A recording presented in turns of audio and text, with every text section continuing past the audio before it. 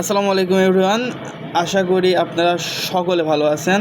আজ রবিবার, কিন্তু আজ বিজিসির কিছু মুভমেন্ট যদি আমরা লক্ষ্য করি তাহলে আপনারা যদি দেখি তাহলে বিজিসি অল টাইম হাই, মানে কিছুদিন আগে আপনার 25 মার্চে বিটিসি যখন 94,000 হিট করে বিটিসি কন্টিনিউয়াস ফল দিচ্ছিল এবং বিটিসি নিচের দিকে একটা পেন্ডিং জোন, যেটা ফল আমরা এক্সপেকটেশন করতেছিলাম সেটা বিটিসি পূর্ণ করে দিছিল।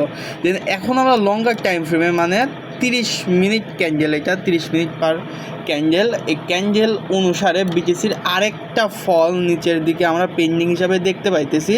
তো আমাদের ক্যালকুলেশন মোতাবেক বিটিসি এখান থেকে প্রায় 4000 পয়েন্টের মতো একটা ফল আমরা এক্সপেক্ট করতে পারতেছিলাম এবং ঠিক আপনারা যদি দেখেন তাহলে বিটিসি বারবার একটা পজিশন থেকে বারবার এখান থেকে বিটিসি সাপোর্ট নিচ্ছিল।